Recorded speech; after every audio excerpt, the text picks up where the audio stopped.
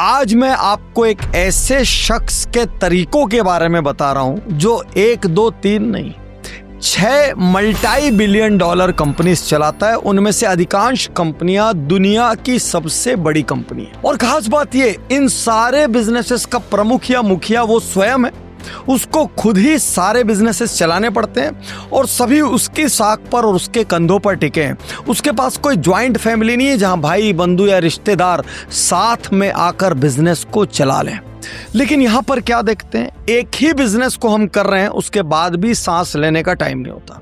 एक ही बिजनेस के मैनेजमेंट में कभी टीम के चैलेंजेस में उलझे रहते हैं, कभी इनोवेशन ओवरलुक हो जाता है, कभी रिसर्च ओवरलुक हो जाती है, कभी कस्टमर सेटिस्फेक्शन पर ध्यान नहीं होता। तो आज का ये उज्जवल पार्टनी शो आपके लिए लाइफ लाइन है। और मैं बात कर रहा हूं दुनिया में यंगस्टर्स के गॉड इलॉन मस्क की, कि कैसे वो 6 कंपनियां एक साथ चलाते हैं और उसके बाद इतने सारे यार बच्चे भी पैदा कर लेते हैं, दुनिया में इतना सारा विवाद भी कर लेते हैं, कभी प्रेसिडेंट का साथ दे देते हैं, कभी पार्टीज में चले जाते हैं, यानी जिंदगी भी जी रहे हैं, व्यापार भी कर रहे हैं, दुनिया के सबसे बड़े इनोवेटर भी हैं और सबसे बड़ी कंपनियां भी चला रहे हैं। चलिए तेजी से डिकोड करते हैं इलॉन मस्क कैसे इतने प्रोडक्टिव हैं।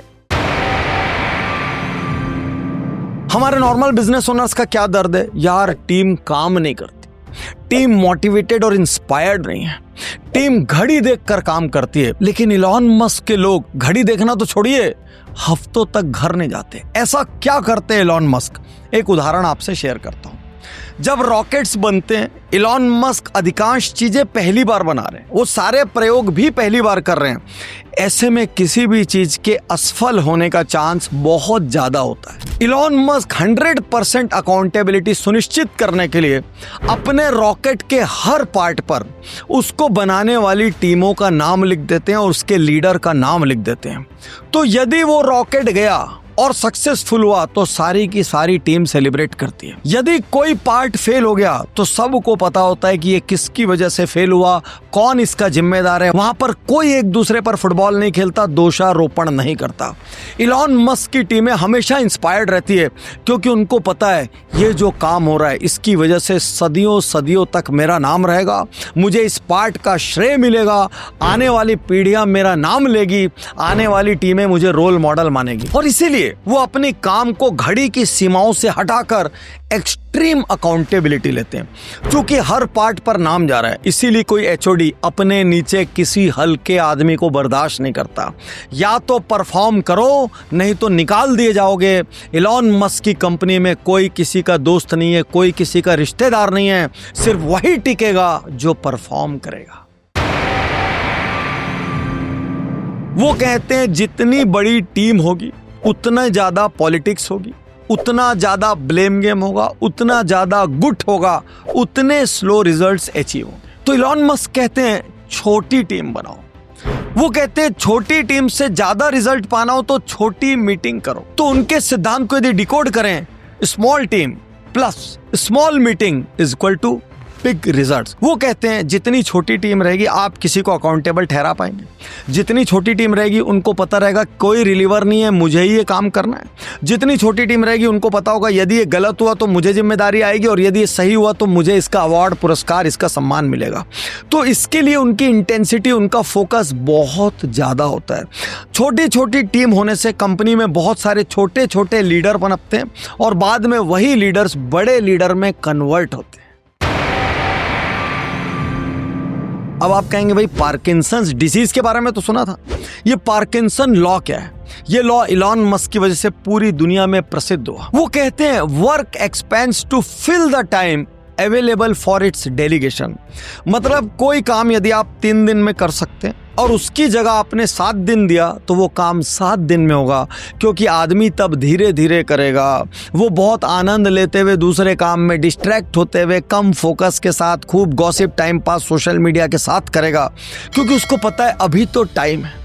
इसीलिए आप देखना, जब हम बचपन में एग्जाम देते थे तो जिन दो पेपर्स के बीच ज्यादा लंबी छुट्टी होती थी, अक्सर उन्हीं में सबसे कम तैयारी होती थी, क्योंकि आदमी एक पेपर देकर आता था और सोचता था यार अभी तो टाइम है, 2 दिन रुक के पढ़ाई शुरू करूंगा, 4 दिन रुक के शुरू करूंगा। और जिन पेपर्स में कम छुट्टी होती थी उसको आते साथ हम लग जाते थे, हम एक क्षण के लिए भी खुद को डिफोकस नहीं होने देते थे और वहां पे ज्यादा रिजल्ट आता था। तो इलॉन मस्क क्या करते हैं, वो 6 हफ्ते के काम के लिए 6 दिन देते हैं। वो कहते हैं मुझे 6 दिन में पूरा चाहिए। वो खुद कई बार 6 दिन के काम को 6 घंटे में पूरा करके दिखाते हैं और इनको इलॉन मस्क स्टंट कहते हैं। वो कहते हैं व्यापार में स्टंट होना चाहिए। व्यापार कोई कंफर्ट जोन वाली जगह नहीं जहाँ धीरे धीरे आराम से मजे से काम कर रहे हैं। इसीलिए इलॉन मस्क की सारी इन्वेंशन समय से आगे की है। इलॉन मस्क इम्पॉसिबल दिखने वाले टारगेट देते हैं और खुद पे लेते हैं। एक बार इलॉन मस्क ने एक ऐसा टारगेट लिया जिसके लिए उनकी पूरी टीम ने बोला यह असंभव है। कोई काम ऐसा था जिसको बाकी लोगों ने बोला 6 महीना लगेगा, इलॉन मस्क ने कहा मैं इसको 6 दिन में पूरा करके दिखाऊंगा। लोगों ने कहा यह पागल है, लेकिन पागल ही क्रांति करते हैं। इलॉन मस्क ने 6 दिन में उस काम को करके दिखा दिया। तो सार क्या है? इलॉन मस्क कहते हैं speed is the key to success. किसी भी काम को टाइट टाइम में करो, किसी भी काम को टाइट रिसोर्स में करो, किसी भी काम की डेडलाइन इतनी टाइट रखो कि आदमी को सोचने समझने और टाइम वेस्ट करने का समय ही नहीं मिले, तभी आप दूसरों से तेज इनोवेट कर पाओगे। साथियों, सच्चाई ये है, जब मैंने ये रूल पढ़े मैं भीतर से हिल गया। मैं अपना इवैल्यूएशन करने पर मजबूर हो गया, मैं इसमें से कौन सा रूल मिस कर रहा हूं। तो आज यहां कमेंट बॉक्स में आकर यह बताइए सबसे प्रभावशाली रूल आपको कौन सा लगा, कौन सा वो रूल है जिसको आप अगले 24 घंटे में शुरू करने जा रहे हैं और आपकी प्रोडक्टिविटी की, डेलीगेशन की, टीम मैनेजमेंट की सबसे बड़ी गलती क्या है। शुक्रिया, धन्यवाद, थैंक यू।